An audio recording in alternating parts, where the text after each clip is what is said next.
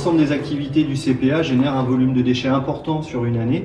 Donc pour essayer d'avoir un impact le plus réduit possible quant à la création de ces déchets, on va essayer de générer moins de déchets en amont et on va essayer aussi de pouvoir retraiter un maximum de ces déchets en aval.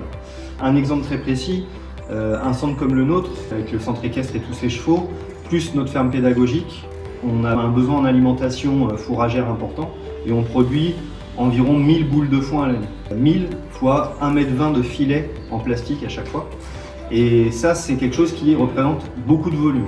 C'est aussi des bidons de ce type, bidons en PET, qui représentent beaucoup de volume, mais c'est des matériaux qui sont retraitables. Donc on s'est associé avec l'association EIT Sud-Vienne, qui est une association d'économie circulaire, et qui met en relation les différents acteurs économiques du Sud-Vienne pour créer des ressources en matières premières.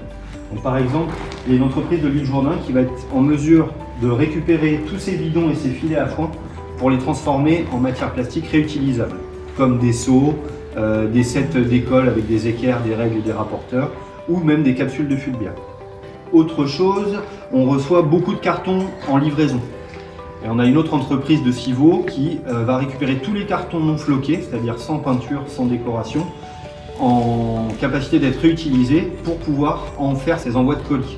Donc cette mise en relation, c'est circulaire. Nous, on propose de la ressource, eux en échange nous proposent du matériau fini. Un autre poste générateur de déchets auquel on ne pense pas, c'est tout ce qui est serviettes en papier en termes de repas servis à la cantine.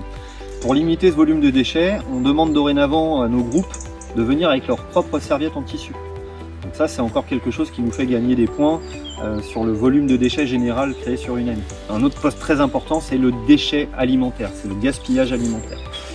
Plusieurs choses ont été mises en place pour essayer de lutter contre ça. Donc on ne fait plus exclusivement du service à l'assiette. On va servir plusieurs parts dans un plat et plutôt que de servir une deuxième assiette de rable, les gens peuvent finir le plat. Ce qu'on fait aussi pour réduire le volume des déchets dans les poubelles de tout venant, c'est qu'on va retraiter entre guillemets ces déchets alimentaires. On va essayer d'en valoriser un maximum en alimentation pour les animaux de la ferme pédagogique et tout ce qui ne peut pas être valorisé de ce côté-là va finir en compost avec les déchets de production du jardin pour créer un terreau 100% naturel.